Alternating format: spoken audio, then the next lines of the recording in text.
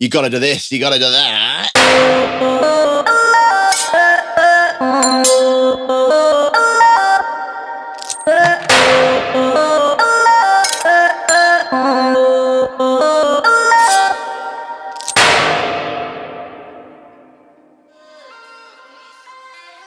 Hey, and welcome to the While She Texts podcast presents Lattes Before Loading. My name is James, and I'm a sound engineer and tour manager for the UK smash hits, top of the pops, rock, metal, punk band, While She Sleeps. And I also run an Instagram page called While She Texts, which is the behind-the-scenes look into the jobs, equipment, and stories of the touring crew of that band. And hopefully this podcast will become an extension of that page.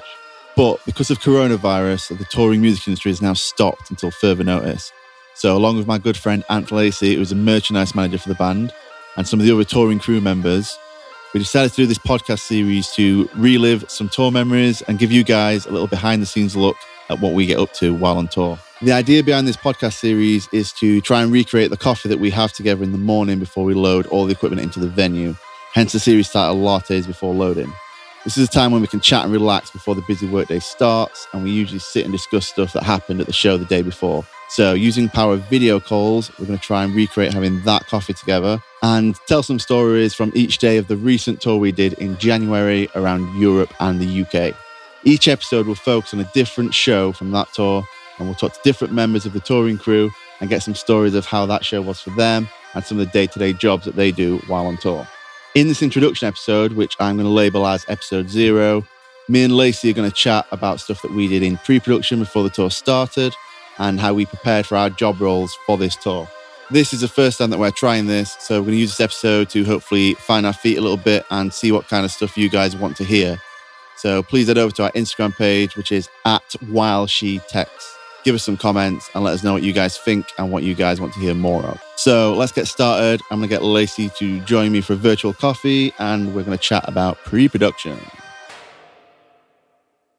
Hey, and welcome to the While She Texts podcast. My name's Lacey, and I do merchandise for the band While She Sleeps. I'm joined today by James Hill, our tour manager / front of house guy, the guy that makes the band sound good and make sure that we get there on time. In this series of podcasts, we're going to talk a little bit about what goes on behind the scenes, stuff that never really gets seen, but often gets asked about. So, James, pre-production, the early days, before anything exciting really happens. Talk to me, man. What is pre-production? So, for anyone that doesn't know, pre-production is just basically the time before the tour starts that we prep all the gear, make sure that everything that we need to make the tour happen is all there and working. And it's time for the band to do rehearsals and make sure that the set that they're planning to play every night is flawless and they know exactly what's going on. So for me, from a front of house point of view, my pre-production started a few months before the first show when I was talking to Sean, the guitar player, and we decided that it was time to update all the backing tracks that the band use. For over the years, like the different albums, the tracks have all been different levels. The click tracks that they listen to in their in-ears are all different. The countings were different. So we thought it was about time to update them, make them more modern, and make sure they're all the same. And we had consistency throughout the entire set. So that took like well over a month of back and forth between me and Sean, him sending me stuff and being like, is this correct? And then me replying, being like, okay, yeah. Sean spent loads of time making like interludes and stuff to make the show flow a bit better. We like linked some of the songs together with interludes. So we're working out how that'd work from the band's point of view. And then from my point of view, like what tracks I'd have out front for that point. All the click tracks and stuff that people don't hear, like the band have got in-ear monitors so they can hear like cues saying like, oh, the song's about to start in 10 seconds. And there's cues on there for like the lighting guy as well. So he knows when the song's about to start. So we spent a good month working all that out. And then we got up to like rehearsals. So maybe the band started rehearsing 2 weeks before the first show. For me, from an audio point of view, we decided to finally, after a year, upgrade the in-ear system from mono in-ears to stereo. So when we first got it about a year ago, just for ease, I made everyone's mixes mono. So it was just easier for them to understand because we don't have a monitor guy. They just do it on an iPad themselves on stage. did it in mono for them. And this time they were like, oh, can we upgrade to stereo and see if it's any better? So I spent a day down there with them doing rehearsals and reset all their in-ear mixers, made them all stereo, started from scratch. And I think instantly they knew, like as soon as they started putting stuff in their ears, like how much better it sounded for them. So we got a chance to spend a bit of time getting their monitor mixers correct and playing around with all that sort of stuff. Make sure that every band member was 100% happy with their in-ear mixers. It was also a good chance to make sure that all my microphones and XLR cables that I was touring with were all working. And I spent a bit of time labeling all the cables, taping cables together to make some looms, which would make my life easier on stage during setup and pat down. So just having everything labeled and just knowing exactly where that cable is going was great. But what about you, Lacey? What did you get up to in pre-production? For me, obviously doing merchandise is slightly different to you. I don't really touch anything too technical with cables and in-ear monitors and stuff. For me, it was, I think you was there. Yeah, it was me, you, and Matt went to Guard in Sheffield. Shout out Guard. Fantastic coffee, one of the best in Sheffield. Love. We went there and we sat down taking each show, working out how many people are going to be there, what we think will be popular, and ordering enough for each show or seeing if that was possible. Because we had so much production, trailer space seemed to, by the day, be getting smaller and smaller and smaller. So me and Matt sat down and worked out numbers at each show and how many t-shirts we would think we would sell and how many hoodies and how many accessories. And I sat down and worked that out, and there was one point where I felt a little bit Einstein-esque, working out all these different formulas and stuff. But it worked out. It worked out, thankfully. We also tried something different by, instead of just taking all the merch that we would take all in one go, we worked with our printing company, Pins and Knuckles. Big love. Shout out Pins and Knuckles. Fantastic guys. We worked with them to work out drop shipments. So we looked at the routing, we looked at how many items we would need per show, and then we worked out how many shirts we would need from show 1 to show 3, then 4 onwards up until Brixton. Because Brixton was the bigger show, we knew that we'd sell a little bit more. So we ordered some more to get delivered just to Brixton and Manchester. So before a tour, I will count all the merch that we have delivered on day 1, and I will split it. So I'll put at the back of the trailer at the bottom will be all my stock and everything that I'll have for show number 2 until my next restock. And then show number 1 all goes on top, so I can just grab it on the first day. I haven't got to stress what with everything else that's going on the first day. So yeah, that was pretty much my early pre-production, kind of stressing out about space in the trailer, which I know was something that you had quite a big issue with because you had a little area taped on the floor. So what was that about? Well, because we knew that we were taking Ash, our lighting guy, out this time, and he was bringing like a little lighting package for Europe to make sure the show for Europe was as good as the show that we were doing in the UK. So obviously he turns up with like 7 or 8 large cases. So yeah, we're tight on space in the trailer. So I measured out the trailer size on the floor with like gaff tape so we could practice packing it. And I think I said to you, like, you've got this much space. How many shows worth of merch can you fit in there? I'm sure that as time was going on and we was working out, I'm sure there was one point where you called Ash and you got off the phone and you were like, oh, so you got to drop 2 more boxes. Like, no. We got all the gear in there in the end. I think we only had to leave one case behind when we packed the trailer, which was fun. Yeah, I mean, the only reason that we got it in was because Elle was packing the trailer. Yeah, it was one of the best trailer packs I've ever seen. So well done, Elliot. That was something special to be on the side of the road at 10 o'clock at night watching a man. Pretty much between him and Ash, pretty much packed the trailer, and it was impressive. It was impressive to watch that happen. I didn't think it was going to fit, so we'd mapped it out, and I was like, okay, we need to have a backup plan. So I think I'd said to Ash, bring the B rig that you wanted. So we had like an A rig lighting rig that was for Brixton and Manchester, which was a full, like, lots and lots of lights. And then for Europe, we had the B rig, which condensed down to whatever it was, eight cases. Yeah. And then I'd also said to him, make sure you've got a backup plan for that and have a C rig ready, just in case when we pack this trailer, it doesn't fit. You need to be able to send some lights back. So when he turned up at 10 o'clock at night on the first day, the van driver was there waiting to make sure that we could pack the trailer. And if we didn't, he was going to drive like whatever cases back to where they came from. But I think we managed to get it all in. The only case that we didn't take was, we normally have a large like backstage wardrobe that doesn't have any clothes in at all. It's just got random bits in, but it's a very helpful case. It has like the practice guitar amps. I think it holds like the other in-ear monitors are in there. Everything that you need backstage, that's just all in these separate drawers, and we can just wheel it in, put it in the corner, and then everyone knows where the stuff is for the backstage room. We got to 10 o'clock and we were like, right, this large case isn't going to fit in. So we just had to open it up in the middle of the street. I think it's raining as well, maybe. Yeah, I'm pretty sure that it was raining, just to add to the dramatic effect. Yeah. So it's in the middle of the street, open the wardrobe case, try and find as many little cases from inside the warehouse that we could, throw in these bits in, and then throwing them on top of the stuff that's in. So we managed to take everything that was in the wardrobe we took with us, just in smaller cases. Yeah, which come in handy to plug some gaps.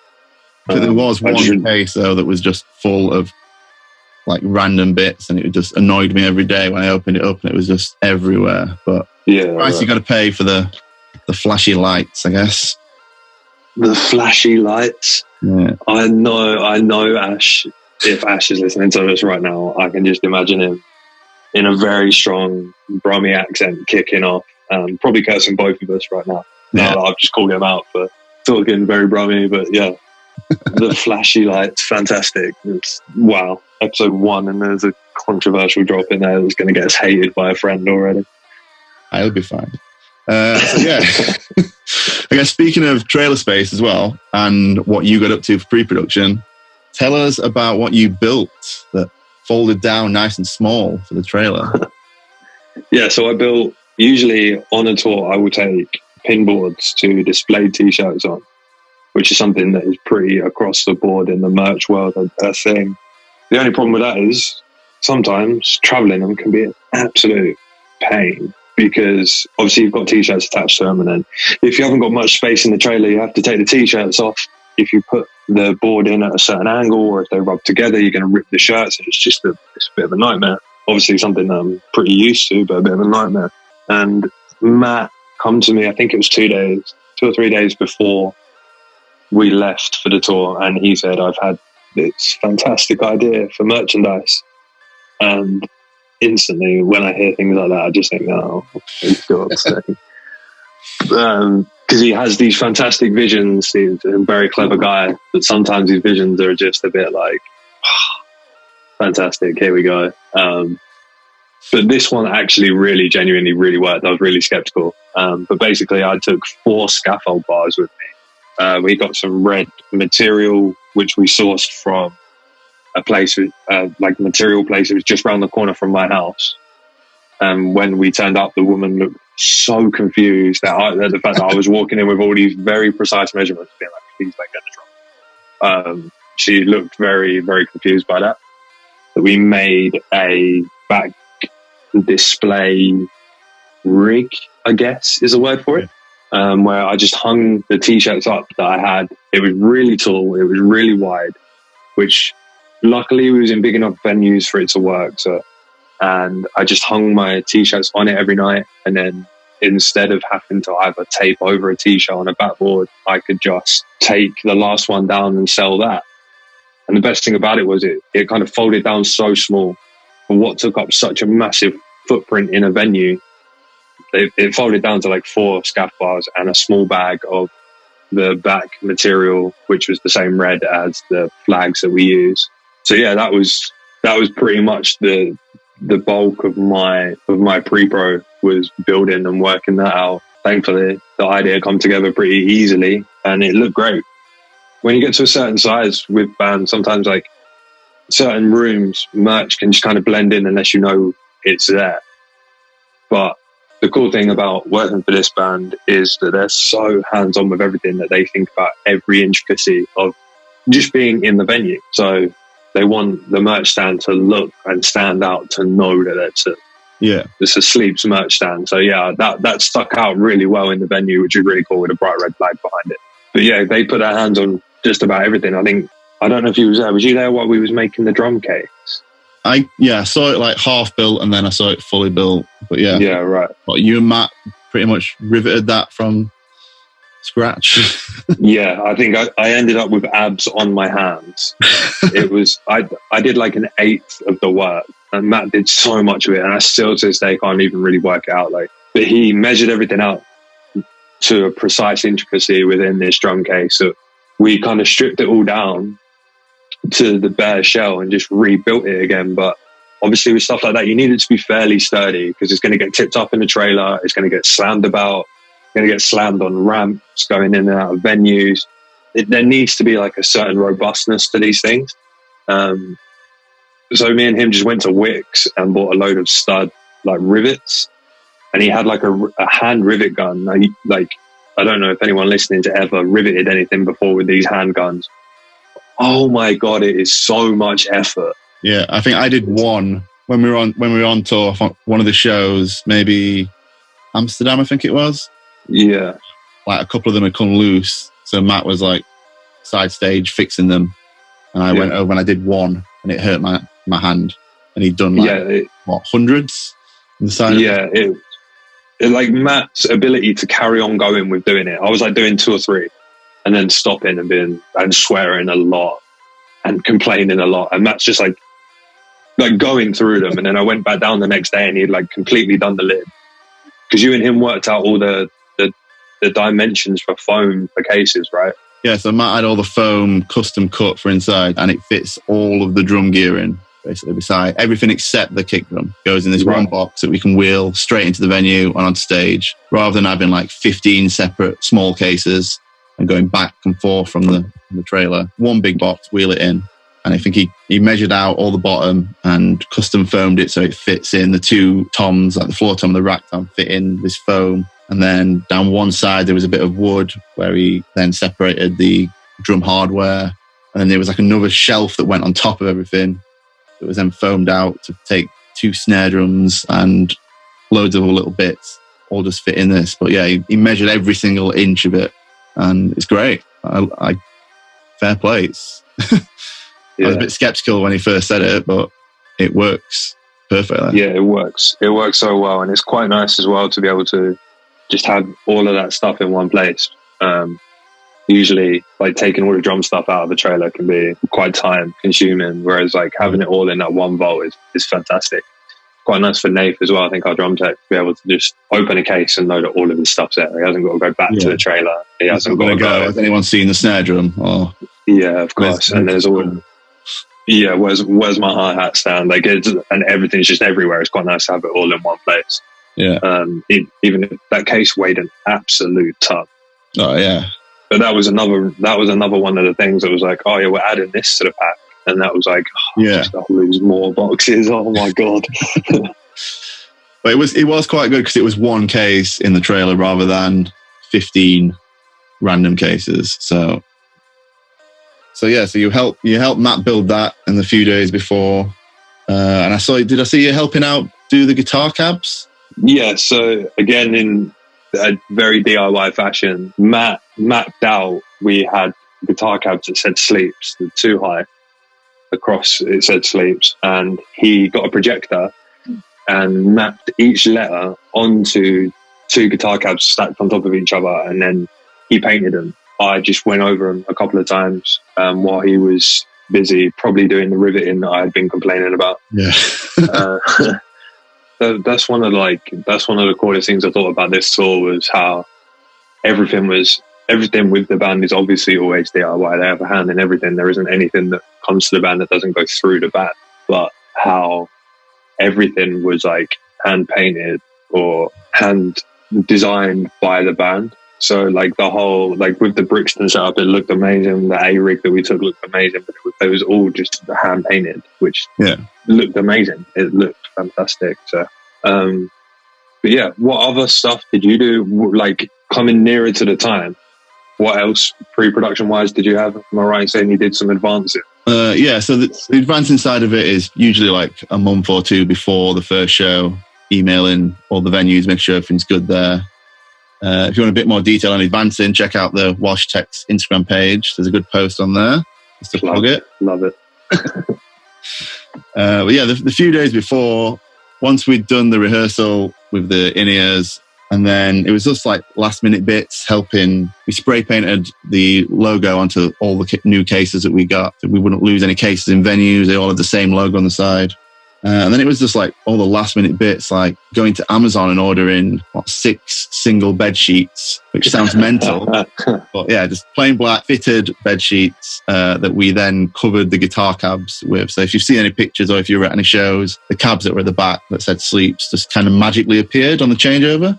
So we'd set them up at the start of the day, and then after we'd sound check, we'd cover them with these bed sheets to kind of like hide them on the stage. And then when the lights went down and our intro track started playing, Elliot, the stage manager, would run on while the lights down in the dark and try and take all these bed sheets off. Impressive skill in itself not to fall over.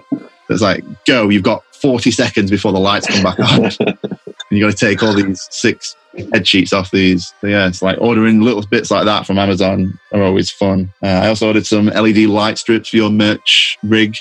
Yeah, right. Because a lot of the Amazon orders are always stuff that you forget. Like, I can't remember how many times I come to you and be like, I need this. Like, so it's just such simple things. Yeah. Stuff like batteries, right? Batteries we get from Tour Supply. So shout out Tour Supply. I think I ordered 200 AA batteries to make sure that we had enough. So yeah, if you need any batteries for your TV remotes, we have lots. Send us a donation and we'll send you some batteries. Yeah. Yeah, then that was about it for pre-production before we, like, just making sure that we had everything that we needed. And I think that, the day before, so there was me, you and Elliot that were there the week before we started.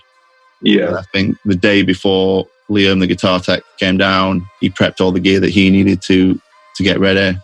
Probably just stood around a lot. Don't really do much, does he? I don't think I saw him do anything, to be honest. No. I heard him complain a lot and like just lean on stuff, but yeah, I'm not even really sure what his job is. Just a stand and moan. Oh, sorry, Liam, cyberbullying again. Oh, I'm so sorry, dude. No, he actually did a lot of work. He came down, he restrung all the guitars, set all the guitars up. I think Sean had got a couple of new guitars. Matt maybe had got a new one. So he just made sure all those are set up. I think he changed some pickups as well on Sean's. So it's just little bits like that you don't really think about, like, before a tour starts, that you need doing. Like, you can't. Yeah, it's good to have that time to like buy yourself a bit more time on day one, though. As we've kind of said throughout this, that like little things can go wrong as well. So having that day to like sort it out, or to order stuff like you said from Amazon, so that we don't have to go to show one and run around try and find a supermarket that will sell us 200 batteries. It's kind of nice to have that time to prep, so that on day one, theoretically, it's not that stressful. Although day one is probably the most stressful day of any tour. Yeah, especially in Paris as well, which we'll discuss next week. But yeah, I can't wait to talk about Paris. Day one, Paris. Let's go.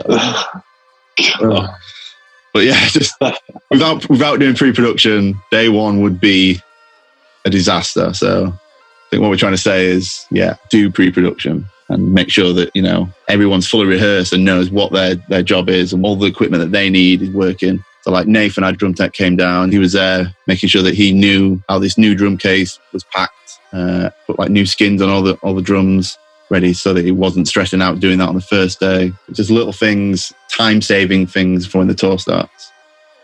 For sure. I think that's about it. Is there anything else you can think of?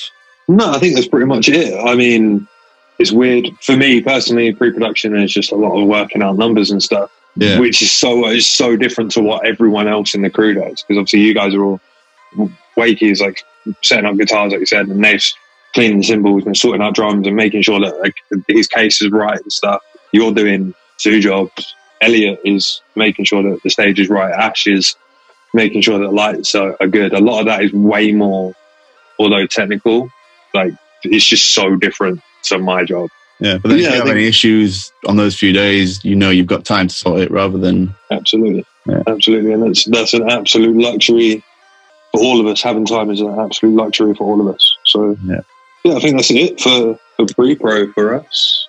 Yeah, cool. So next week we'll talk about the first show, Paris. So yeah, man, let's try and get a guest next week.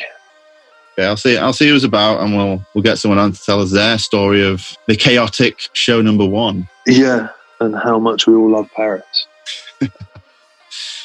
Ooh la la. Yeah, thanks for checking this out. If you listened, if you want to know anything, hit James up on the While She Texts Instagram. If you want to know anything merch related, I'll be able to answer it. If you want to know anything tech related, if James can't answer it, one of the other boys will be able to. Thanks for listening. Bye. Yes, that was the introduction episode to this series, Lattes Before Loading, from the While She Texts podcast. I hope you found that interesting and learned some things about what me and Lacey got up to before the tour started. I just want to say that this series is just a look into some stories of how we do our jobs. We're in no way saying that this is the correct way. In fact, I'm pretty sure that none of us actually know what we're doing at all. But hopefully our stories will give you a little glimpse into the day of the life of the touring crew. And even if this series just inspires or helps out one person that is maybe thinking of the music industry as a career, or maybe it's just interesting for you to hear about our jobs while working for some of your favourite bands, then that's awesome. This coronavirus thing really sucks, and at the moment all of our crew don't have a job until the live music industry is allowed to start up again. We have no idea when that might be. As we record this episode, I noticed that today would have been the day we were packing the tour bus and heading over to Germany to start a run of festivals and shows, which unfortunately all got cancelled. So I think the timing of this podcast is perfect for us to just be able to relive some tour memories with all of you guys. If you've enjoyed this episode, please make sure you like, share, follow, subscribe, or whatever it is that you do with podcasts to make us super famous. Also, make sure you go check out our Instagram page @WhileSheTexts. I'll put a link to that in the podcast description for all of you to find it. Over on that page, there's a whole lot of posts filled with free knowledge about our world from all different crew members. So again, please go like and share all of those. Okay, next week, me and Lacey will try and get a special guest from the crew, and we'll talk all about show number 1 of the tour in Paris. If there is any questions you have about any of the shows from that January tour, or any questions for any of the crew members about their jobs that you want to hear about on this podcast, just slide into the While She Texts Instagram DMs and we'll be sure to cover them in a future episode. Okay, see you next week, and thanks for listening.